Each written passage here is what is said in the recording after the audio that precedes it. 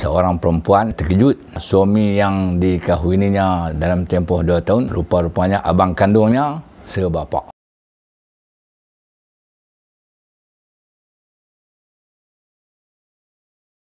Ada satu laporan dalam akhbar Cosmo bahawa seorang peguam dalam satu hantaran di FB-nya telah menceritakan seorang perempuan terkejut suami yang dikahwininya dalam tempoh 2 tahun rupa-rupanya abang kandungnya sebapa. Mengikut apa yang diceritakan oleh peguam tersebut, perempuan ini telah berkenalan dengan suaminya semasa mereka menuntut di universiti, dan ringkas cerita bapa kepada kedua-dua pasangan ni telah meninggal dunia. Jadi tanpa rasa curiga apa-apa, percintaan mereka itu membawa kepada gerbang perkahwinan. Maka berkahwinlah perempuan ini dan suaminya dan diwalikan oleh abang kandungnya, seibu sebapa.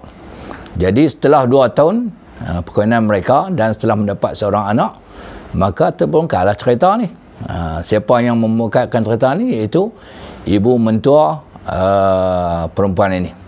Di mana ibu mentua ceritalah bahawa dia dulu telah berkahwin dengan suaminya di Thailand dan tidak didaftarkan. Perkahwinan tu kerana tidak direstui oleh ibu bapaknya. Dan perkahwinan ibu mentuanya itu tidak kekal lama. Mereka bercerai setelah mendapat seorang anak. Anak tu iaitu suami kepada perempuan ni lah. Maka diringkas cerita, siasat tunjuk surat nikah yang tidak didaftarkan di Siam itu. Maka rupa-rupanya bekas suami ibu mentuanya itu hakikatnya adalah bapa kepada perempuan itu. Jadi memang confirm lah bahawa suami perempuan itu hakikatnya adalah abang kandungnya sebapa. Bila jadi begitu, maka tragislah cerita ni. Dari segi hukum syarak, perkahwinan mereka tidak sah sebab berkahwin dengan perempuan yang mahram. Berkahwin dengan perempuan yang mahram ni, kalau daripada awal tahu menikah juga tak sah, berlaku hubungan jenis, dipanggil zina. Ni cerita ni mereka tidak tahu.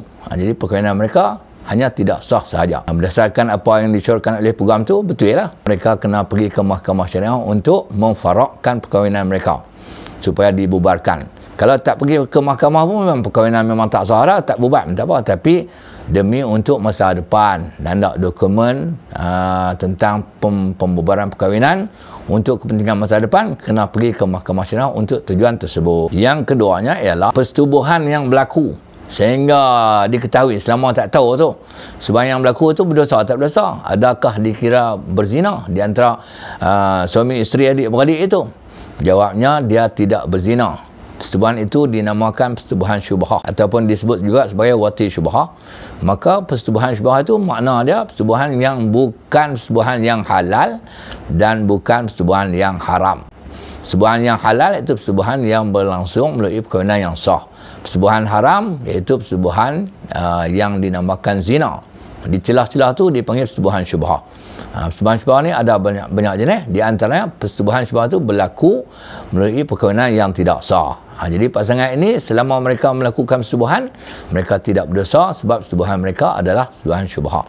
Dan berikutnya, mereka ada dapat seorang anak. Anak yang dilahirkan itu sah tak sah? Mengikut hukum syarak, anak yang dilahirkan melalui persetubuhan syubhah, anak itu adalah anak yang sah dan boleh dinasabkan di sebelah ibu dan bapaknya. Mana suami isteri yang tidak sah itu, hakikatnya mereka adalah ibu bapa yang sah kepada anak yang dilahirkan melalui persetubuhan syubhah itu. Jadi ibu bapaknya terpaksa berpisah. Ibu bapa anak sebut terpaksa berpisah sebab ibu bapaknya adalah dua beradik. Dua beradik terpaksa berpisah. Tetapi suami isteri ataupun dua beradik itu hakikatnya mereka adalah ibu bapa kepada anak yang dilahirkan melalui persetubuhan syubhah, melalui perkahwinan yang tidak sah itu. Jadi jika ditakdirkan anak itu perempuan, sebab dalam kisah itu tidak dinyatakan anak lelaki atau perempuan. Jika anak itu perempuan, besok-besok ni kalau anak itu nak berkahwin, maka bapaknya lah akan menjadi wali kepada perkahwinannya. Jangan pergi kepada wali hakim.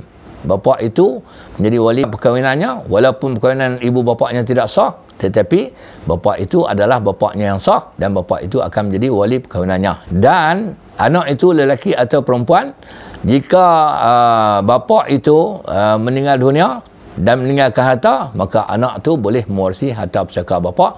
Demikian juga lah anak pun esok kalau dia besar, pak dia ada lagi, anak tu meninggal dunia, anak tu pun ada harta, maka bapaknya boleh mewarisi harta anak tersebut.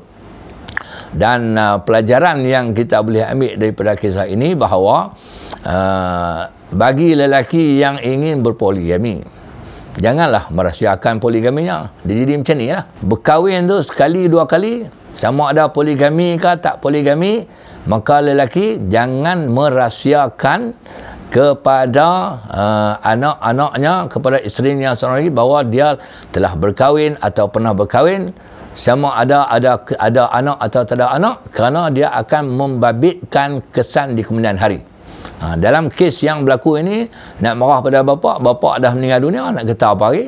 Cuma ada tragedi mengalirkan air mata. Sedih saja kerana kes yang disembunyikan oleh bapa tersebut. Jadi kepada penonton-penonton video ini, kalau baca laporan dan akhbar Kosmo, cerita-cerita yang diceritakan oleh peguam syar'i, kita kena cakna, kena prihatin, kena ambil iktibar. Boleh jadi watak-watak itu pernah berlaku di sekeliling kita.